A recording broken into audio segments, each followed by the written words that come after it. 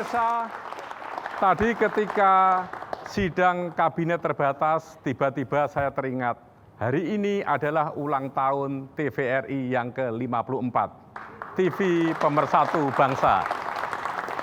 Saya justru teringat ketika sedang sibuk memperhatikan perdebatan di dalam sidang kabinet terbatas hari ini. Para pemirsa, dari sudut istana saya mencatat, setiap kali sidang kabinet terbatas yang membahas tentang bencana, Presiden wanti-wanti bahwa early warning system, deteksi dini, pencegahan adalah lebih utama. Penegakan kemanusiaan bisa dimulai dari early warning system itu. Berkali-kali memang Presiden mengingatkan itu. Dan khusus untuk bencana asap, Presiden juga wanti-wanti. Ketika titik api mulai muncul, maka harus segera dipadamkan. Untuk menegakkan kemanusiaan, untuk menghindarkan orang-orang dari mara bahaya dan mara petaka bencana, dan untuk membantu mereka adalah tugas berat yang sekarang dipikul dan ada di pundak William Ramping Lee, Ketua Badan Nasional Penanggulangan Bencana.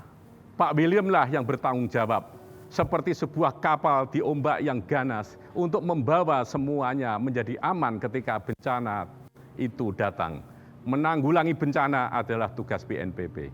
Para pemirsa, tugas menegakkan kemanusiaan dengan menanggulangi bencana adalah bagian dari praksis bahwa berpolitik itu adalah dalam rangka bernegara dan bernegara itu untuk kesejahteraan rakyat.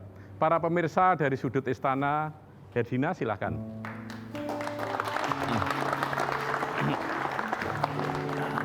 Tadi Sukardi Rinakit, tim komunikasi Presiden yang telah mengawali acara kita dengan tirai acara. Selamat malam saudara dan juga hadirin di studio. Senang sekali malam hari ini Sudut Istana kembali menjumpai Anda, yaitu sebuah program yang tidak hanya menghadirkan narasumber, yakni mereka menyampaikan pesan dari Istana, tapi kami juga menghadirkan cerita-cerita menarik di balik kunjungan Presiden ataupun belusukan Presiden yang mungkin Anda belum ketahui. Dan malam ini saya Herdina Suherdi, tentu saja bersama dengan Dr. Kusnanto Anggoro. Selamat malam Mas Kus. Selamat malam. Ya, dan di bulan Agustus ini masih bertepatan dengan momen 71 tahun Indonesia Merdeka. Kita seolah kembali diingatkan bahwa memang Indonesia itu akan kaya akan beragam potensi. Namun juga jangan lupa bahwa karena letak geografis dan juga geologis dari Indonesia ini menyebabkan Indonesia berada pada posisi ring of fire atau cincin api Pasifik, sehingga menyebabkan Indonesia tidak hanya menjadi negeri yang indah, tapi juga negeri yang rawan akan bencana. Lalu kemudian apa langkah antisipasinya dan juga bagaimanakah penanggulangan bencana ketika bencana itu terjadi? Kita akan bahas itu nanti Mas Kusnanto ya. Tapi kebetulan hari ini tanggal 24 Agustus ini bertepatan dengan 54 tahun ulang tahun TVRI. Nah, bicara mengenai, terima kasih. Bicara mengenai usia TVRI yang sudah 54 tahun ini, tentu perjalanan yang cukup panjang ya Mas Kusnanto. Saya ingin minta tanggapan Mas Kusnanto dulu deh. Tanggapan Mas Kusnanto di usia TVRI yang sudah 54 tahun ini bagaimana? Ya 54 tahun perjalanan saya kira cukup panjang dan saya kira memainkan peranan yang sangat penting ya. Bukan semata-mata dari segi komunikasi dan informasi, tapi waktu itu adalah merupakan salah satu bentuk awal dari yang kemudian sekarang kita bicarakan dalam konteks interkonektivitas. Indonesia jangan lupa itu merupakan sebuah rentangan kepulauan yang panjang sekali dan juga terdiri dari berbagai suku bangsa. Dan lebih dari itu saya kira kalau kita lihat peran TVRI selama ini amat penting, terutama dalam konteks bagaimana menurut saya membangun sebuah kolektif memori. Yang dikatakan oleh Soekarno antara lain dalam konteks itu adalah bahwa kolektif memori adalah merupakan salah satu elemen psikologi paling penting untuk konteks bina bangsa maupun bina negara. Jadi 54 tahun sudah saya kira TVRI memainkan peranan yang amat penting untuk merajut kita sebagai sebuah bangsa, sebagai sebuah negara, dan tentu sebagai sebuah masyarakat. Baik, Mas Kusnanto, sepertinya kita juga ingin meminta tanggapan dari narasumber kita malam hari ini. Langsung saja sudah hadir di tengah-tengah kita Kepala Badan Nasional Penanggulangan Bencana, Bapak William Ramping Lee.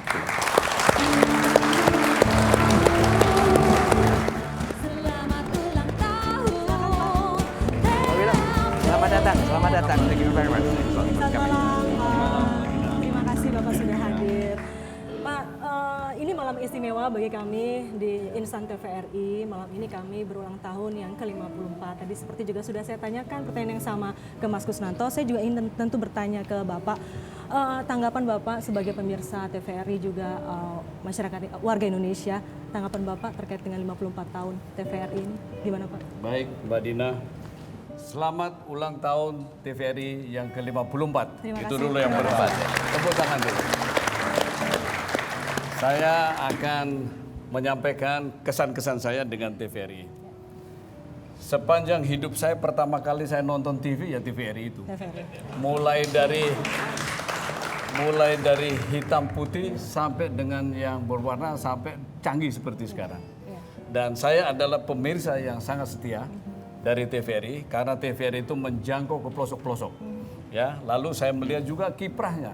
Terutama saya lihat bahwa TVRI ini mampu mengantisipasi tuntutan zaman. TVRI telah berperan bukan saja untuk memberikan edukasi, tetapi juga hiburan yang sehat, penyampaian informasi-informasi penting secara tepat dan cepat kepada masyarakat. Baik. Tentunya dengan ini semua saya yakin bahwa TVRI semakin dicintai oleh masyarakat. Baik, terima kasih Pak. Itu memang yang menjadi harapan kami, bahwa kami akan terus hadir di tengah-tengah keluarga pemirsa TVRI, keluarga Indonesia, menghadirkan tayangan-tayangan yang inspiratif dan juga edukatif tentunya. Dan ini juga menjadi momen bagi kami untuk mengucapkan terima kasih kepada pemirsa TVRI yang masih setia terus menyaksikan TVRI, dan juga terima kasih kepada kerabat kerja dan kru TVRI dimanapun berada. Terima kasih atas kerja kerasnya selama ini.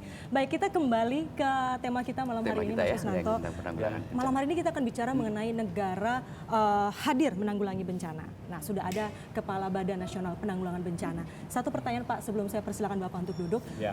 Apa Pak fokus dari BNPB untuk menanggulangi bencana? Baik Mbak Dina, fokus dari BNPB adalah bagaimana kita menyelamatkan saudara-saudara kita yang demikian banyak yang masih tinggal di daerah rawan bencana.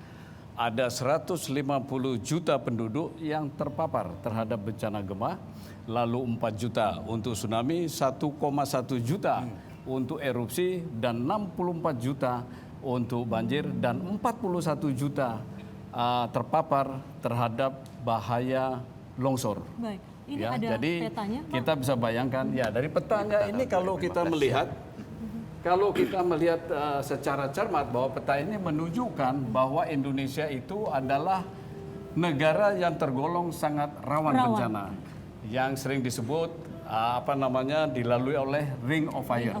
Dan di negara kita juga merupakan pertemuan 3 lempeng tektonik. Ya, jadi bisa dibayangkan itu ya, bisa ketika dibayangkan, itu terjadi pergeseran atau apa yang terjadi. Atau terjadi subduksi dan lain sebagainya, dan ini lempeng selalu bergerak setiap tahunnya. Jadi inilah yang Jadi kita hadapi. Menunjukkan indeks bencana. Menunjukkan indeks bencana yang kategori tinggi, Pak. Yang kuning itu sedang. Komposit untuk Ya, yang berbagai komposit. tadi ya. Memang negara kita adalah negara yang tergolong rawan bencana, namun di balik itu Indonesia adalah negara yang sangat subur, kaya akan hasil tambang.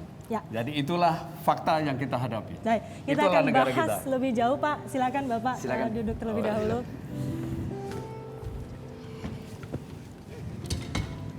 Jadi Mas Kusnanto, kalau tadi kita melihat petanya itu jelas tergambarkan di situ. Mayoritas wilayah Indonesia ini sebetulnya rawan Berada bencana. dalam wilayah yang Karena rawan kan- ya, saya iya, kira ya. kalau Betul, tadi kita Pak lihat Gus, warnanya itu hampir semuanya merah gitu kan. Jadi memang kita harus waspada setiap saat ketika setiap saat bisa terjadi bencana gitu ya Pak ya. Betul. Penanganannya ada yang disebut sebagai siklus penanggulangan bencana dan sebagainya itu. Ya, kalau Bisa kita jelaskan sedikit? bicara masalah penanggulangan bencana itu, sementara banyak orang memahami penanggulangan bencana itu adalah tanggap darurat. Sebenarnya tidak seperti itu.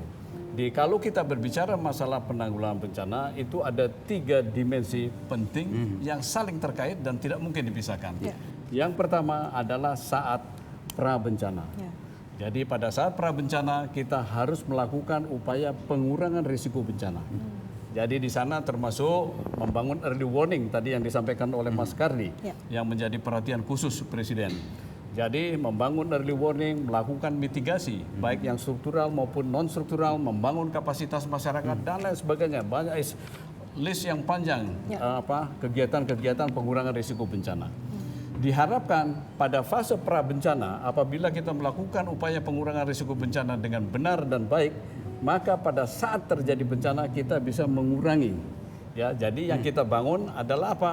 Mengurangi kerentanan masyarakat, membangun kapasitas masyarakat. Itu pada saat pra Di bencana. bencana itu sendiri kan juga ada 3 kategori itu Pak Klemen. Jadi ada yang bencana alam, kemudian non alam, Betul, dan kemudian betul. bencana sosial. Ya. Jadi saya kira ini kan kemudian ada perbedaan khususnya mengenai early warning-nya ya. Kalau Oke, jadi begini Mas Kus, saya akan cerita dulu tadi ya, belum selesai. Jadi kalau kita bicara masalah penanggulangan bencana ada 3 dimensi. Yang pertama adalah pra bencana. Pada saat terjadi bencana kita melakukan tanggap darurat. Jadi tanggap darurat ini harus dilakukan secara cepat. Jadi time response-nya harus sekecil mungkin. Karena tanggap darurat ini penting. Jadi oleh karena itu BNPB mengembangkan dan membangun apa yang disebut dengan tim reaksi cepat sehingga kita bisa menyelamatkan lebih banyak jiwa-jiwa dari ancaman bencana. Nah, setelah masa tanggap darurat ini selesai, kita masuklah pada fase pemulihan. Ya. Apa kegiatan yang dilakukan dalam pemulihan ini adalah rehabilitasi dan rekonstruksi terhadap rumah yang rusak, infrastruktur yang rusak, sehingga dengan prinsip kita membangun kembali lebih baik dan lebih aman dan bahkan lebih nyaman. Nah, ini kita bicara masalah penanggulangan bencana. siklusnya ya. Nah, sekarang pertanyaannya Mas Gus, Perbedaan. memang jenis bencana itu ada bencana alam, ada man-made, kegagalan teknologi, bencana sosial. Betul. Sekarang untuk urusan bencana sosial sudah tidak berada di BNPB dengan adanya undang-undang penanggulangan yang Inpres nomor 1 tahun 2013. apa sosial. Ya, ada undang-undang yang menyangkut masalah itu. Jadi untuk bencana sosial sudah ditangani oleh Kementerian Sosial. Ya. Kira-kira begitu Mas Ya, Gus. Ya. Baik, tadi kita melihat sudah dijelaskan oleh Bapak, ada 3 tahap. Lalu kemudian dari 3 tahap itu Pak, kita tentu ingin mengedepankan antisipasi gitu ya Pak. Iya. Apakah ini juga yang menjadi sasaran utama dari BNPB bahwa yang terpenting adalah langkah antisipasinya atau early warning dan mitigasi ketimbang kemudian langkah kedua dan ketiga? Ya, jadi dari 3 dimensi sama pentingnya. Jadi tidak ada bahwa pra bencana penting, respon penting, nah, karena itu merupakan satu paket. Jadi saya katakan makanya itu adalah dimensi. Jadi dia harus saling terkait terintegrasi, saling mempengaruhi satu sama lainnya. Baik, Pak. Pak, bicara soal bencana itu kan tidak saja gempa, tsunami, longsor dan sebagainya, tapi juga di bulan-bulan September, Oktober. Kalau kita ingat tahun lalu itu kita sempat dibuat kalang kabut karena kebakaran hutan yang kemudian menyebabkan bencana kabut asap yang juga cukup parah. Gitu. Nah, kira-kira tahun ini Pak, bagaimanakah penanganannya gitu? Karena di beberapa daerah di Riau atau Kalimantan sudah mulai ada hotspot gitu, dan Presiden menaruh perhatian penuh terhadap penanggulangan kebakaran hutan. Mbak Dina, bahkan Presiden telah mengumpulkan semua. Ya, jadi menteri, kepala lembaga, gubernur, kepala daerah semua diundang, diberikan pengarahan pada tanggal 18 Januari tahun ini. Dan beliau sangat menekankan apa yang disampaikan sama Mas Kadi bahwa early warning, upaya pencegahan itu harus dilakukan dengan sebaik-baiknya dan sedini-dininya. Nah, oleh karena itu dalam menjabarkan perintah Presiden itu kita dalam melakukan upaya pencegahan kebakaran hutan dan lahan itu pendekatannya adalah total football dan gotong royong. Total football. Ya, total football dan gotong royong. Apa artinya itu? Dari sana Ada total football juga. total football, harus total football. Sekarang kan total football, ya kan? Jadi karena saya habis nonton bola beberapa hari lalu, jadi langsung saya ingat total football dan gotong royong. Oleh karena itu strategi kita adalah memperkuat kerjasama dan koordinasi dengan semua stakeholder. Siapa stakeholders itu? Yaitu pemerintah pusat, pemerintah daerah, masyarakat dan dunia usaha. Dalam rangka kita mengintegrasikan semua upaya dan sumber daya. Termasuk lembaga-lembaga internasional kalau nggak salah. Lembaga internasional dalam konteks ini dalam belum, konteks Pak. itu belum. Nah, belum Pak. Jadi kita baru sampai kepada intern aja. Jadi dengan melihat sumber daya, kemampuan, pengalaman yang kita lakukan, kita masih melakukan secara mandiri gitu ya. Artinya mandiri tidak memerlukan bantuan dari asing. Lalu setelah kita memperkuat itu, apa yang kita lakukan? Yaitu secara bersama-sama kita melakukan sosialisasi kepada masyarakat tentang pemahaman bahaya bencana kebakaran hutan dan lahan. Tadi kembali lagi, Presiden menekankan perlu kita membangun early warning system yang kuat, cegah dini. Nah, itulah kita juga memperkuat sekarang sistem peringatan dini untuk cegah dini terjadinya kebakaran. Apa sih sebetulnya yang dimaksud dengan early warning system? Kita sudah jauh-jauh hari mengidentifikasi daerah-daerah mana yang rawan Yang bencana. paling rawan bencana Ya. kebakaran. Lalu kita mengikuti secara cermat hotspot, situasi hotspot yang dikeluarkan oleh Kementerian Lingkungan Hidup dan Kehutanan. Ya, jadi kita cermati setiap hari. Itu ada 2 kali, pagi dan sore. Lalu yang berikutnya lagi kita mengikuti secara cermat prediksi cuaca yang dibuat oleh BMKG. Kita mengikuti juga apa yang disampaikan oleh Lapan tentang citra satelit, tentang situasi di hutan itu. Lalu kita juga BPPT, kita memanfaatkan apa yang disebut dengan FDRS atau Fire Danger Rating System. Ya, Fire Danger Rating System ini untuk mengetahui tingkat bahaya kebakaran hutan dan lahan di daerah-daerah tertentu. Nah, setelah kita mendapatkan semua fakta itu, kita analisis, kita pelajari, baru kita melakukan kegiatan patroli. Nah, dari hasil pantauan dan fakta Ini masih itu- panjang masih ceritanya. panjang. Jadi, yang tentu kita ingin tahu adalah supaya pengertiannya, pemahamannya itu komprehensif. ya Ya, gitu ya, kalau- Pak ya. ya. Tapi mungkin yang terpenting yang ingin publik tahu Pak adalah perkembangannya saat ini seperti apa Pak, terutama di wilayah Riau dan wilayah Kalimantan itu kan sudah mulai ada titik-titik hotspot yang dikhawatirkan kalau tidak segera diatasi kan akan menjadi kebakaran hutan lagi. Terutama untuk langkah-langkah terobosan dan Iya. terutama lagi untuk contingency planningnya Pak. Iya. Jadi yang tidak terlalu Lalu rutin kemudian saya kira ya. statusnya apakah sudah masuk siaga atau bagaimana gitu Pak, mungkin bisa dijelaskan. Sebetulnya rupanya saya 1 langkah lebih maju dari pertanyaan itu Oh yang gitu ya mau Pak saya ya? jawab. Gimana Pak? Ya. Jadi gimana Pak? Jadi setelah kita tadi mendapatkan semua data, mendapatkan gambaran yang jelas tentang situasi yang kita hadapi, ancaman yang kita hadapi, mulai kita menggerakkan kekuatan kita baik melalui darat dan laut untuk melakukan kegiatan patroli. Ya. Nah, di dalam patroli itu ada 2 hal yang kita lakukan. Pertama, apabila ada titik api segera kita padamkan. Jadi pemadaman dini sesuai dengan perintah Bapak Presiden agar ini tidak meluas kemana-mana. Kalau ini sudah meluas, apalagi terjadi kebakaran di gambut, susah kita, lebih susah. Jadi oleh karena itu kita betul-betul melaksanakan patroli ini secara ketat. Pemadaman dini Baik termasuk dengan melalui- waterbombing dan sebagainya. Nah ya, jadi tadi saya katakan kita patroli darat dan udara. Jadi kalau misalnya pada saat patroli kita menemukan ada orang yang membakar, lalu penegakan hukum yang berjalan di sana. Ya. Oke. Di samping itu kita juga memberikan bantuan hujan buatan. Ya, hujan buatan kita lakukan. Lalu melanjutkan pembangunan kanal blocking sesuai dengan perintah Bapak Presiden, membangun embung, sumur-sumur bor dan lain sebagainya. Karena ini penting embung-embung ini. Pada pelajaran yang lalu kita pada saat melaksanakan operasi pemadaman kita kesulitan air. Ya. Jadi kalau airnya jauh, berarti heli itu harus terbang Butuh Harus terbang, jauh. butuh waktu lebih panjang. Lebih panjang lagi. Jadi biaya kan lebih mahal. Oleh karena itu ini betul-betul konsep yang sangat komprehensif gitu. Ya baik. Jadi kita juga di dalam melaksanakan kegiatan ini sama sekali tidak boleh lengah. Baik, bicara soal tadi belajar dari pengalaman di yang tahun lalu, ini kan tadi Bapak juga mengatakan perlu koordinasi yang lebih erat lagi dengan berbagai stakeholder termasuk juga pemerintah daerah. Kalau kita belajar dari pengalaman yang lalu Pak, ini pemerintah daerah ini menahan-nahan untuk mengeluarkan status siaga sehingga kemudian membuat BNPB juga mungkin agak tidak leluasa gitu untuk melakukan penanganan. Untuk tahun ini gimana Pak? Kalau saya pikir saya mau mengoreksi dulu, mau meluskan dulu nih, Silakan, Pak, Pak. supaya tidak salah. Jadi pemerintah daerah itu tidak pernah menahan-nahan menurut saya. Jadi mereka dari pemerintah daerah saya paham, mereka di dalam mengeluarkan status siaga darurat tentu ada beberapa pertimbangan.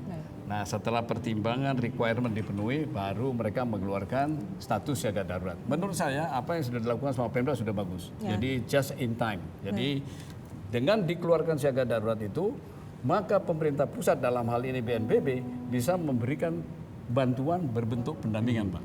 Sesuai dengan undang-undang dan PP yang ada, bahwa pendampingan yang diberikan pemerintah pusat kepada daerah, yang pertama adalah masalah anggaran. Kita tahu bahwa untuk penanganan bencana di daerah sering tidak siap untuk anggarannya di dalam APBD-nya. Kalau ada itu pun kecil. Ya. Yang kedua adalah kita memberikan bantuan teknis, bantuan peralatan di luar kapasitas daerah. Contoh helikopter. Ya, jadi kita berikan. Misalnya pada saat awal kita sudah mengidentifikasi Pak peralatan perlengkapan apa yang dibutuhkan di daerah ada berapa, gapnya ada berapa, kita fill the gap dari pemerintah pusat ini. Lalu juga kita memberikan bantuan teknis. Jadi itulah yang kita lakukan. Itu peta untuk seluruh Indonesia sudah ada Pak ya pada tingkat Peta, kabupaten? peta memang sudah ada, peta rawan bencana. Peta rawan maupun Ya. peta kapasitas respon lah kurang lebih gitu. Oke, kalau peta kapasitas respon belum Pak. Oke. Jadi yang sudah kita buat adalah peta rawan bencana termasuk indeks risiko bencana. Oke. Ya, jadi berdasarkan apa yang sebut kita indeks risiko bencana Indonesia itu sudah dibuat pada tahun 2013. Ya, jadi berdasarkan itulah kita mengidentifikasi ada 136 kabupaten kota yang tergolong ya memiliki pertumbuhan ekonomi yang signifikan, tetapi pada saat yang bersamaan tempat itu juga rawan terhadap bencana. Baik. Ya, nanti kita bisa lanjutkan lagi Pak Wilam, dampak nanti terhadap kita bencana. kita Oke. nanti akan bahas lagi karena kita ternyata harus jeda terlebih dahulu. Oke. Nanti kita akan tanya nih. Akan kita tanya masalah utamanya apa, terutama terkait dengan bagaimanakah menanggulangi agar secara cepat gitu, agar tidak menimbulkan efek yang lebih jauh. Dan saudara, kami akan kembali saat lagi, tetaplah bersama kami di Sudut Istana. Bentar dulu. Dan jiwaku kan selalu jaga hidupmu, taklukkan segala penjuru, berkibarlah merah putihku.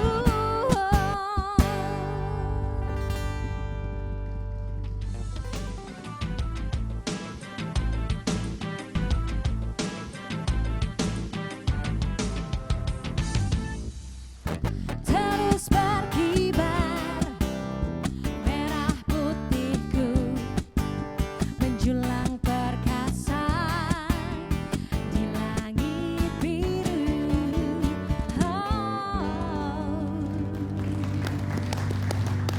Ya, terima kasih saudara Anda kembali bersama kami di Sudut Istana. Kami masih membahas mengenai negara hadir menanggulangi bencana bersama dengan narasumber kami, Kepala Badan Penanggulangan Bencana, Bapak Willem Rampangiling.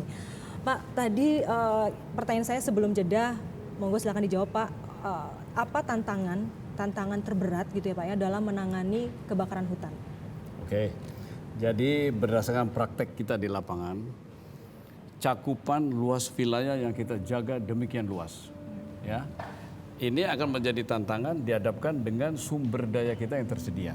Yang saya maksud dengan sumber daya yang tersedia, baik itu sumber daya manusia, personil yang melakukan upaya pemadaman, melakukan upaya pencegahan, sama jumlah peralatan. Ya kan, kalau peralatannya jumlah personilnya banyak, peralatannya nggak cukup, personilnya mubazir. Kan begitu. Jadi harus imbang antara jumlah personil sama jumlah peralatan. Yang terjadi. Tadi saya katakan bahwa cakupan wilayah yang kita jaga itu demikian luas. Ya, lalu sumber daya yang tersedia tidak imbang. Oleh karena itu strategi kita adalah kita meningkatkan, memantapkan sosialisasi, meningkatkan patroli, menggunakan udara, darat, segala cara kita lakukan.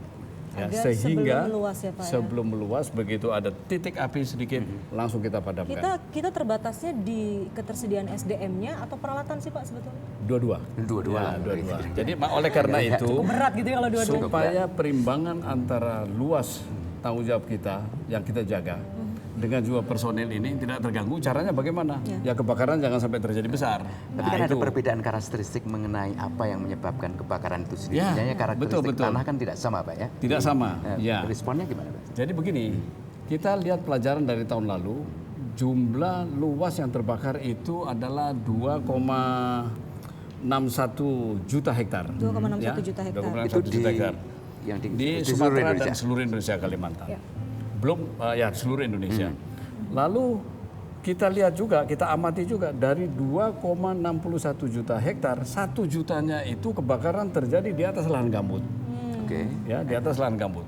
Bapak tahu, Mbak Dina tahu bahwa kalau terjadi kebakaran di atas lahan gambut ini sangat krusial. Artinya bahwa kebakaran yang terjadi di lahan gambut seringkali tidak terlihat karena kebakaran itu terjadi di bawah permukaan sampai dengan 5 meter. Ya, jadi seolah di atas sudah padam gitu Sudah ya Pak padam. ya, tapi di bawah sebetulnya masih ada. Begitu ada api, kita padamkan, apinya tidak ada, asapnya banyak. Yang jadi masalah ini kan asap. Di samping lahan gambut itu rusak karena kebakaran. Jadi itu yang menjadi tantangan kita yang pertama. Lalu yang kedua, ini saya lihat juga bahwa kesadaran masyarakat ini masih belum memadai. Ya, kesadaran masyarakat jadi masih ada melakukan land clearing, pembukaan lahan dengan cara bakar. Padahal tata cara untuk membuka lahan dengan bakar itu ada aturannya. Ya, jadi kembali saya melihat bahwa kesadaran masyarakat ini perlu kita tingkatkan. Tidak kalah pentingnya juga tantangan yang kita hadapi adalah kepemimpinan. Jadi saya bisa membandingkan satu tempat dengan tempat lainnya. Seberapa efektif mereka melakukan upaya pencegahan, seberapa efektif mereka melakukan upaya pemadaman, itu tergantung kepada efektivitas kepemimpinan daerah.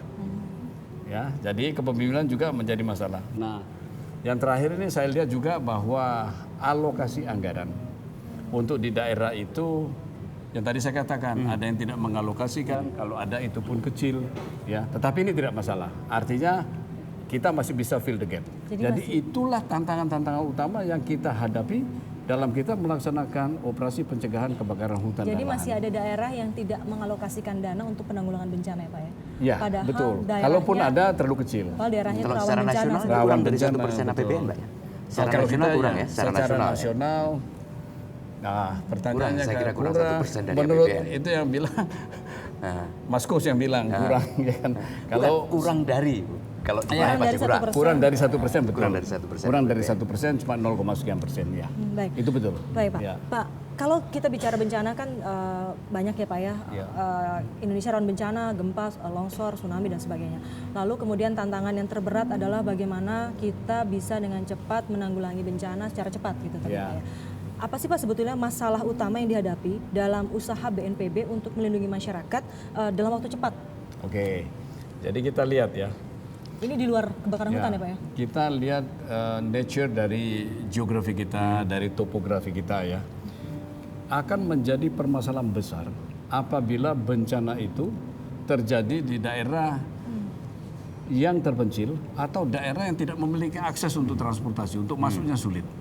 Ya, kita tahu bahwa penduduk kita ini kan tidak tinggal di satu tempat, tetapi dia kan terpisah di mana-mana. Jadi kalau bencana itu terjadi di suatu tempat yang cukup terpencil, nah ini akan menimbulkan permasalahan. Iya. Contoh ini, banjir dan longsor yang terjadi di Sangihe, Sulawesi Utara. Kita memerlukan waktu 2 hari untuk menggeser bantuan logistik dari kota Manado. Ya, jadi kota Manado kita di situ Butuh ada 2 hari. butuh 2 hari untuk sampai di sana. Jadi kalau 2 hari terlalu lama, harusnya standar itu dalam 1 kali 24 jam. Ya, bisa dibayangkan Yang korbannya bagus, butuh segera bantuan. butuh gitu. segera bantuan. Nah ini yang terjadi yang kita lihat fakta di lapangan. Lalu waktu banjir terjadi di Fakfak itu 2 minggu setelah itu baru kita tahu kalau di sana terjadi banjir.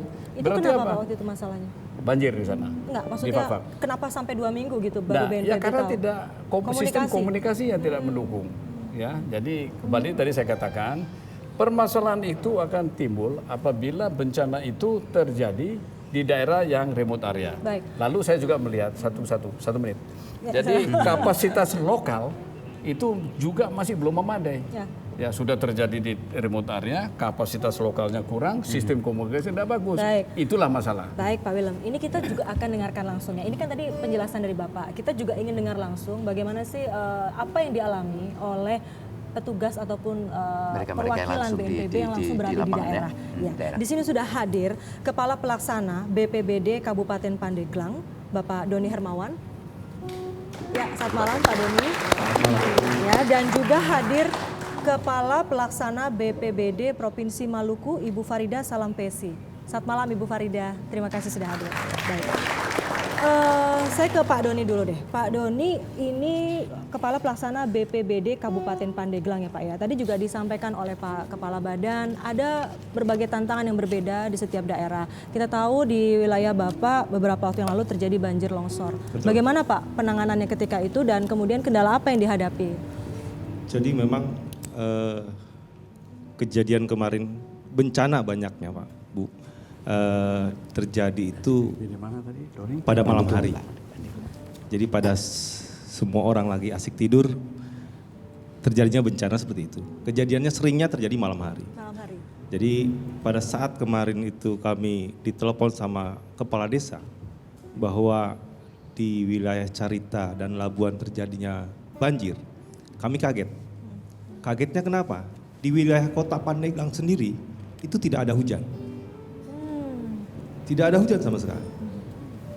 Setelah kami cek, cross check lagi, kebetulan kami sudah punya pos, Pak. Karena tadi yang sampaikan oleh Pak William bahwa kita harus mendekatkan kepada masyarakat, kami buka pos di wilayah yang terjauh dari kami. Kami cek ke sana, memang betul terjadilah hujan besar. Akhirnya kami segera membentuk tim yang kebetulan kami piket 24 jam, Pak. Setiap hari kami yang tugas piket pada saat itu kita gerakan untuk segera merapat ke tempat yang tadi disebutkan Carita. Kami beserta tim yang dari Pandeglang, karena jarak antara kabupaten dengan lokasi itu sangat jauh. Kendala kami memang luas wilayah Kabupaten Pandeglang sangat luas. 1/3 wilayah Provinsi Banten adalah Kabupaten Pandeglang. Dan pada waktu itu berapa lama akhirnya Bapak berhasil menjangkau masyarakat korban bencana? Kita pada saat kita perintahkan pos yang terdepan di sana, kami sampai 10 menit. Oh, cukup Sampai cepat ke sana. berarti ya. 10 menit. Dan kami dari kabupaten yang kami bergerak belakangan membawa perlengkapan yang dibutuhkan oleh masyarakat setelah tim yang pertama datang. Kebutuhan kami yang dibutuhkan oleh mereka kami siapkan.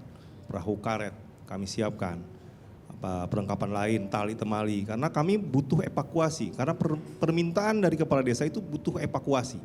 Dan kebetulan pada saat itu juga ada 2 orang yang hilang, nenek-nenek sama cucunya yang hilang. Akhirnya kami berkoordinasi dengan provinsi, berkoordinasi dengan TNI, Polri, kebetulan kami didampingi oleh Polri pada saat kami bergerak ke lokasi. Akhirnya kami bersama-sama dengan masyarakat mencari yang hilang itu. Ketemulah di suatu tempat yang memang aman, tapi memang posisinya terlalu jauh dengan tempat yang kita siapkan untuk evakuasi. Pada saat itu kami buka semua akses untuk bisa tempat untuk tempat evakuasi, Pak.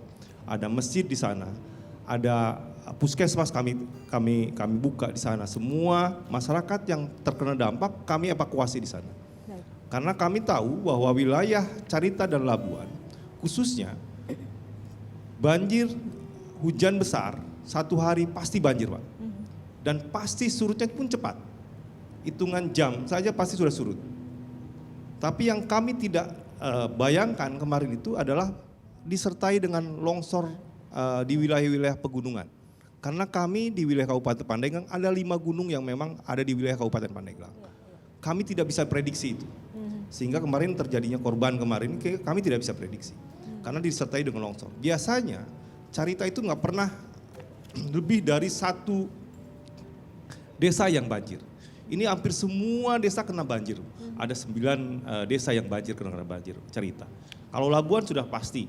Itu ada 3. Tentu pengalaman yang kemarin menambah kewaspadaan ya dari teman-teman BNPB di sana. Maka dari itu kami pun sebenarnya dari tahun kemarin kami sudah membentuk beberapa pos dan termasuk juga relawan-relawan yang kami sudah bentuk. Baik Pak Doni, terima kasih. Saya harus beralih ke Ibu Farida terlebih dahulu ya. Bu Farida ini dari Ambon, Mas Kuswanto.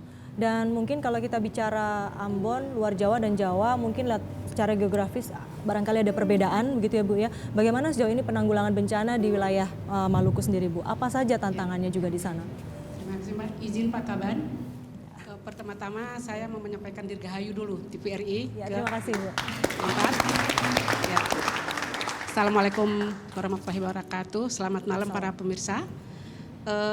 Saya mengikuti apa yang telah disampaikan oleh Pak Kaban tadi terkait dengan tahapan-tahapan bencana dan itu ada di semua kabupaten dan kota.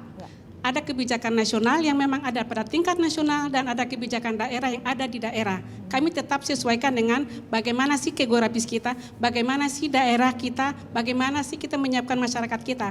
Nah kebetulan Maluku ini dia penanganannya berbeda. Maluku itu adalah merupakan daerah kepulauan, ada 1.342 pulau. Yang dihuni itu adalah 279 pulau. Nah, itu berarti kita harus melayani penduduk di 279 Maluku. Jadi tidak kota Ambon, khusus Maluku.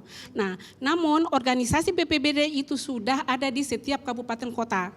Tetapi kami punya permasalahan. Permasalahannya adalah apa? Aksesibilitas dan informasi. Yang tadi disampaikan oleh Pak Kaban. Nah, kami juga seperti Sangihe Pak atau teman-teman kita di 8 daerah kepulauan lainnya. Jadi bisa kalau seandainya itu kita mementingkan early warning system, nah pengetahuan masyarakat itulah yang merupakan early warning system yang utama. Ya, early warning system dalam artian bahwa tidak fisik, tapi pengetahuan. Kenapa? Karena early warning system adalah merupakan pengetahuan atau merupakan sinyal kepada masyarakat apabila terjadi bencana, baik itu gempa dan tsunami, baik itu bencana yang lainnya, maka pengetahuan masyarakat itu harus ditingkatkan. Yang tadi beliau sampaikan adalah kapasitas. Nah, kapasitas itu harus kita tingkatkan. Kapasitas siapa? Kapasitas masyarakat, kapasitas pemerintah daerah, kapasitas swasta. Karena segitiga yang biru, yang segitiga biru, segitiga ini adalah yang tadi disampaikan oleh beliau, kerjasama pemerintah, masyarakat, dan dunia usaha. Baik, kalau memang pemahaman masyarakat ini sangat penting Bu sebagai early warning system, Ya. sejauh ini dari 279 pulau ini Ya, kita seluruh belum masyarakatnya jangkau, sudah Mbak. memiliki pemahaman yang sama? Masih jauh, masih sangat jauh. Jadi kita butuh sosialisasi dan kita butuh anggaran. Ya mungkin ya kebijakan-kebijakan anggaran yang sekarang sudah masuk ke RPJMD, karena sekarang kita sudah masuk dalam RPJMD, rencana pembangunan daerah jangka panjang. Ya, kemudian nanti kita breakdown di dalam RKPD. Nah, di dalam kebijakan-kebijakan anggaran itu mesti ada keberpihakan. Kalau tidak 1% ya mungkin 0,sekian%, tapi itu harus disetujui oleh pemerintah. Sebagaimana ada yang di Dignas dan ada yang di kesehatan. Coba bayangkan saja pertumbuhan ekonomi begitu tinggi, tapi sekali saja bentama pertumbuhan 0 malah minus. Ya, sekali terjadi bencana Ya, akan begitu ya Bu kalau ya? terjadi bencana dan penduduk miskin bertambah. Baik. Ya, Mungkin demikian. Mas Kusnanto atau Pak Wilam mau menanggapi ini Ya, dari saya kira juga Bu? penting ini untuk ya, terutama dari Ibu Farida ini, meskipun memang akan banyak kekurangan tadi, kekurangan dari segi kapasitas, dari segi anggaran dan sebagainya, itu merupakan persoalan yang saya kira menurut saya Pak Wilam ya fundamental, karena sebagian besar dari kita orang seperti saya itu berpikir Indonesia ini adalah sebuah daratan. Jarang sekali yang kita memikirkan beberapa yang terkait dengan dimensi maritim atau laut. Di dalam undang-undang pemerintah daerah yang baru misalnya itu masih ada salah satu pasal 30. Ya, seingat saya yang belum di follow up tentang bagaimana kita mencoba memikirkan maritime governance, katakanlah begitu. Nah, dugaan saya kalau prinsip itu seperti tadi diminta oleh Bu Farida mengenai ada sedikit afirmasi, ada sedikit keistimewaan untuk daerah-daerah tertentu yang dengan kapasitas yang sama tapi diperlukan untuk men-tackle wilayah geografis yang amat luas. Itu kalau tidak ada keputusan politik yang khusus tidak bisa, itu saya kira Pak. Dugaan saya. Iya, betul. Bagus, ya. Baik, Pak Wilam mungkin bisa menjawab. Jadi saya akan menjawab teman saya, rekan saya Pak Doni. Sebetulnya apa yang diceritakan beliau kalau kita simak itu adalah salah satu fenomena kecenderungan menunjukkan bahwa bencana yang terjadi baik frekuensi maupun intensitasnya itu meningkat, akan bertambah. Ya. Ini yang harus kita antisipasi. Terjadi Dan perubahan potensi bencana baru seperti tadi disampaikan oleh Mas Doni bahwa sebelumnya tidak pernah terjadi, sekarang terjadi. Ya. Siapa yang menyangka bahwa Sinabung yang sudah 1.200 tahun tidak aktif, sekalinya dia bererupsi sampai sekarang belum ada satu orang pun yang tahu kapan berakhir. Ya, itu komentar saya untuk Mas Doni. Jadi saya menangkap itu adalah salah satu fenomena kecenderungan masalah kebencanaan yang harus kita antisipasi. Yang kedua, Ibu Farida, teman saya Ibu Farida ini memang benar apa yang disampaikan. Yang kita bangun itu early warning system. Early warning system yang mahal, yang kompleks itu kita bangun tidak ada manfaatnya apabila masyarakat tidak paham tentang warning itu.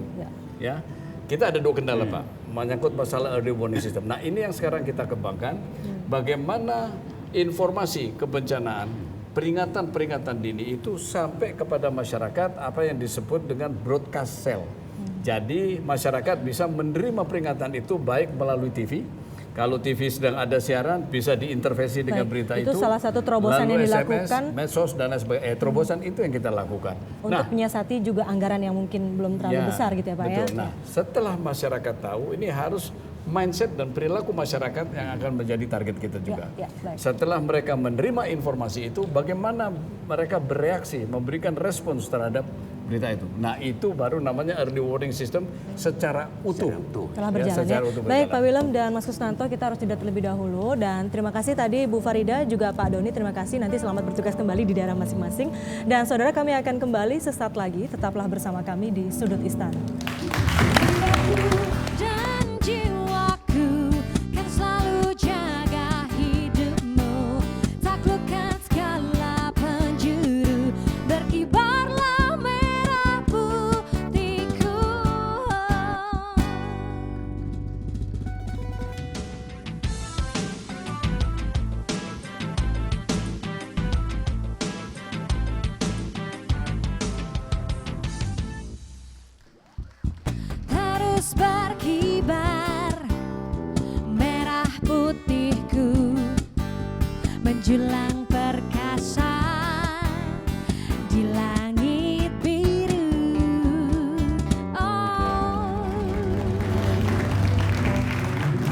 kasih Anda kembali bersama kami di Sudut Istana. Tema kami malam hari ini adalah negara hadir menanggulangi bencana.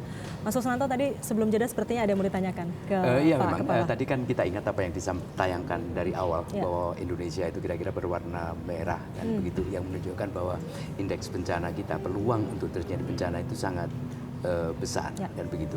Dan kalau itu terjadi tentu menelan banyak korban ya, jiwa maupun raga, fisik maupun non fisik. Yang saya ingin tanyakan Pak Willem ya, di tengah berbagai persoalan seperti itu, setahu saya penanggulangan bencana itu belum termasuk dalam 18 prioritas pembangunan nasional. Jadi ini kan sebenarnya menunjukkan sesuatu lah kira-kira. Menurut Bapak itu mengganggu tidak untuk penyelesaian tugas itu? Begini, terima kasih Pak Masko sudah bertanya ini. Jadi saya jawab tidak. Tidak mengganggu performance dari BNPB. Mengapa tidak? Ini saya jelaskan. Sebenarnya ada 37 kementerian dan lembaga ya yang sebagian tugasnya itu berkaitan dengan pengurangan risiko bencana. Akan saya berikan contoh. Misalnya PU. Mereka itu mempunyai program kegiatan, misalnya menormalisasi sungai, membangun dam, membangun tanggul, membuat embung dan lain sebagainya. Ini adalah karya untuk mengurangi indeks risiko bencana. Ya, lalu saya berikan contoh yang lain lagi. KLHK, bencana itu berkaitan erat dengan lingkungan. Dan di KLHK itu melakukan kegiatan reboisasi. Ya. Lalu ada penghijauan dan pengelolaan das. Apa yang dilakukan oleh Kementerian LHK, walaupun title-nya bukan pengurangan risiko bencana, tetapi kalau itu dilakukan maka berdampak terhadap kurangnya risiko. Ya, itu tadi yang Bapak sebut berarti gotong royong itu tadi ya Pak, ya sinergi bersama. Royong. Jadi saya kasih contoh 2 lagi. Pak, tapi saya waktu itu terbatas Pak. Jadi saya mau menyebutkan ini. Yang penting-penting ini. Ya, antara lain adalah pendidikan, Kementerian Kesehatan, lalu ada Kementerian Desa. Kementerian Desa itu punya program membangun desa mandiri. Jadi saya sudah berkoordinasi dengan Menteri untuk membangun desa mandiri itu memasukkan indikator-indikator yang kita gunakan di dalam membangun desa tangguh bencana. Ya, jadi berarti itu kan sudah sejalan Tapi juga sama yang kita. penting ini Pak, kalau itu kan normal. Yang saya ingin tahu, ada tidak keluar biasaan, extraordinary. Misalnya bahwa prosedur normal itu sekian, tapi karena bencana ini segitu. Karena prosedur anggaran menurut Undang-Undang Nomor 17 Tahun 2003 itu begini, tapi karena untuk menangani anggaran itu begitu. Keistimewaan itu ada nggak? Ada. Jadi apa yang disebut dengan backup dana siap pakai Pak. Jadi pemerintah sudah mengantisipasi hal ini. Jadi ada dana siap pakai yang berada di Kementerian Keuangan. Yang setiap saat bisa digunakan dalam keadaan darurat. Jadi itu, jadi saya ada rasa kemudian sudah cukup jelas Mas ya, sudah sangat jelas. Ya, bencana itu tidak bisa ditangani dengan cara normal. Betul. Dan negara hadir dalam konteks itu memang harus memberikan otoritas yang dalam tanda petik extraordinary saya kira. Betul Mas, saya setuju ya. Kita sudah sampai di akhir acara Mas Susnanto, dan seorang kepala Badan Nasional Penanggulangan Bencana juga pasti punya hobi gitu. Nah, dengar-dengar ini Bapak nih hobinya menyelam gitu ya Pak ya. Tinju, kickboxing, dan ini ada satu. Nah, ini juga. Terima kasih Mbak. Nah, ini juga ternyata adalah, boleh dibuka ya. Ini juga adalah hobi Bapak. Bener ya Pak ya? Jadi Rebus-rebusan segala macam, dari mulai jagung rebus, kacang, apa pisang rebus. Boleh cerita sedikit Pak sebelum kita jadi tutup? memang saya dibesarkan dengan makanan ini. Oleh karena Indonesia itu, sekali ya Pak ya. oleh karena itu saya selaku kepala BNPB punya privilege. Apa tuh, Pak? Sehingga setiap hari yang dihidangkan di kantor ini. Dan rupanya teman-teman saya itu malu mungkin makannya seperti gini. Akhirnya karena saya makan ini semua. Ikut Jadi makan. saya sering nggak kebagian jatah. Jadi sebelum sampai di kepala makanan sudah habis. Iya. Ini jadi Ini betul, Mbak Dina, ya. hobi yang tetap tidak lupa dengan tradisi kita masyarakat Indonesia, tapi juga tentu sehat ya Pak ya. Baik Pak, terima Tapi yang kasih. sudah jelas saya mau izin untuk dibungkus kalau nggak sempat dimakan. Monggo Pak, silakan. Baik Bapak, terima kasih banyak sudah hadir di Sudut Istana. Terima kasih sudah berbagi cerita kepada kami di sini. Tentu ini menambah wawasan kita terkait dengan penanggulangan bencana, terutama bagaimana negara hadir menanggulangi bencana. Sekali lagi terima kasih Pak. Terima kasih Mbak Dina, terima kasih Mas Kus. Kita harus kembali ke Cak Kardi untuk mendengarkan langsung ada cerita menarik apa lagi di balik kunjungan Presiden. Silakan. Cak Kardi. Sebenarnya selain singkong ubi itu Pak William suka minum jus. Ah gitu ya. Iya, Jadi jusnya besok-besok itu kita taruh kulit jus juga jeruk di sini. Bali. Wah, Yang disukai Pak William nggak enak-enak, itu juga nggak enak. Jeruk Bali juga. nggak enak tapi sehat. Silakan.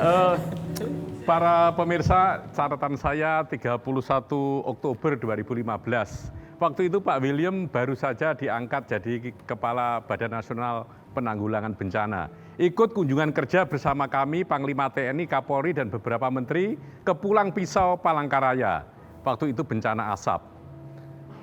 Kami tahu, yang sudah ikut Presiden lama, bahwa Bapak Presiden makan siang itu bisa jam 2, jam 3, jam 5. Yang paling tidak pasti dari Bapak Presiden adalah makan siang, kadang-kadang sampai jam 6.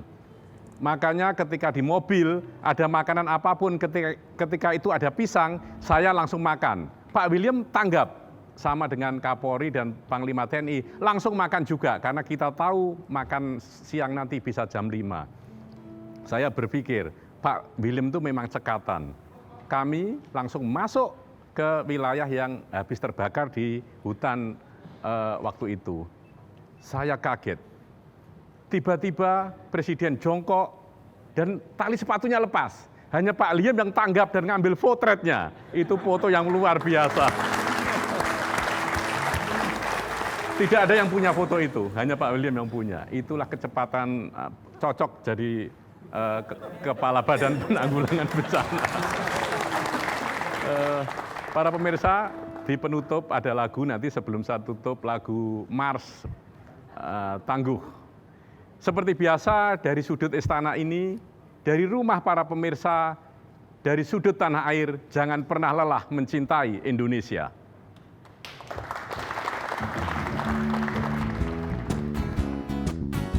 Silakan bernyanyi bersama kami, Pak Kepala Badan. Semangat berjuang demi panggilan kemanusiaan, gerak terpadu pemerintahnya,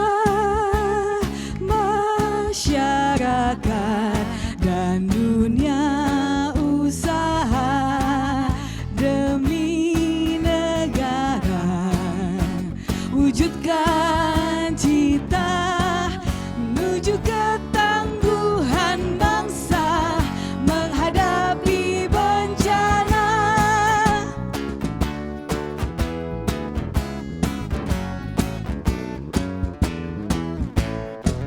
Semangat berjuang demi panggilan kemanusiaan.